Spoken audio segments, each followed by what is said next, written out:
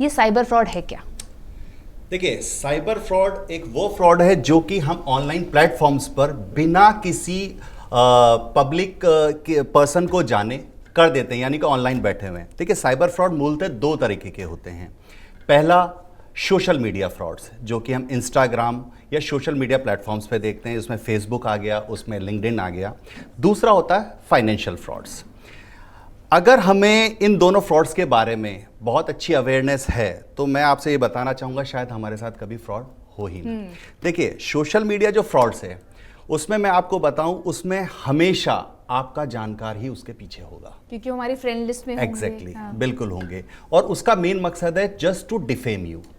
या तो वो आपसे चिढ़ता है, या आपसे कोई जलन है, या आपसे कोई बदला लेना चाहता है। सीधी सी बात कहेंगे कि जहां बदले की भावना है वहां सोशल मीडिया प्लेटफॉर्म को यूज करके लोग अपना गुस्सा निकालते हैं। क्योंकि आपको मैं बताऊं, सामाजिकता आजकल थोड़ी सी कम है, आपस में लोगों ने बात करना छोड़ दिया है, तो वो सारी जो चीजें अपनी फीलिंग्स हैं वो है ना सोशल मीडिया प्लेटफॉर्म पे शेयर करते हैं। और पब्लिक शेमिंग जो है एक बड़ा टूल बन गया है। एग्जैक्टली वहां आपके मुंह पे कोई बोलने वाला नहीं ना, आपके वहां आपके हाथ बात करते हैं, आप बात नहीं कर रहे होते हो।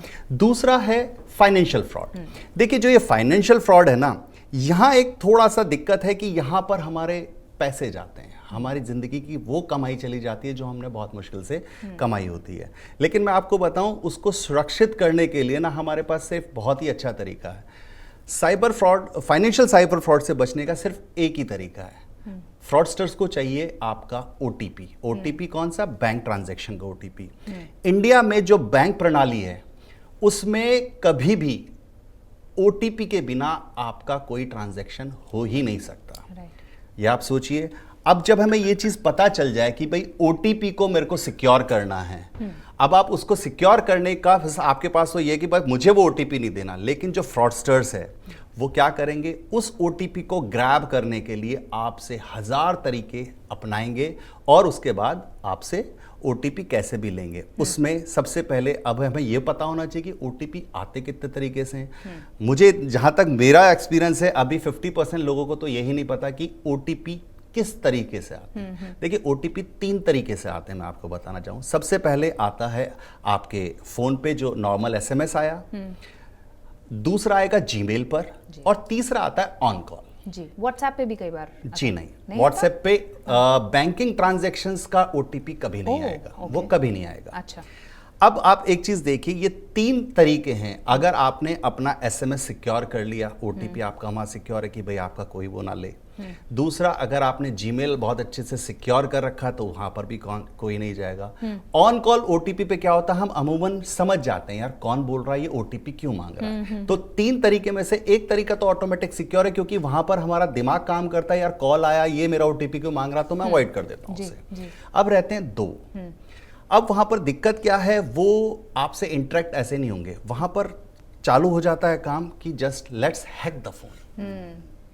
अब हैक द फोन में अब आप एक चीज देखिए, उसको एक ऐसा प्लेटफॉर्म चाहिए कि वो आपके फोन के अंदर घुसे कैसे भी करके। अब इसमें सबसे जो ज्यादा जरिया है, देखिए हम सबसे ज्यादा क्या यूज करते हैं, अगर मैं आपसे पूछूं आप सबसे ज्यादा क्या यूज करते हैं? व्हाट्सएप। क्योंकि ये कनेक्टिविटी का बेस्ट तरीका हमें बताया गया।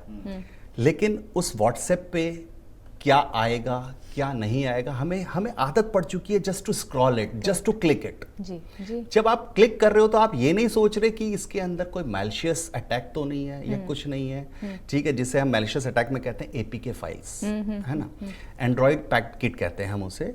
तो उसमें क्या होता है कि वो जो भी फ्रॉडस्टर है वो एपीके फाइल आपके फ़ोन में इंस्टॉल करवाता है और आपका फ़ोन कॉम्प्रोमाइज़ हो गया और सारा डाटा उसके पास चला गया।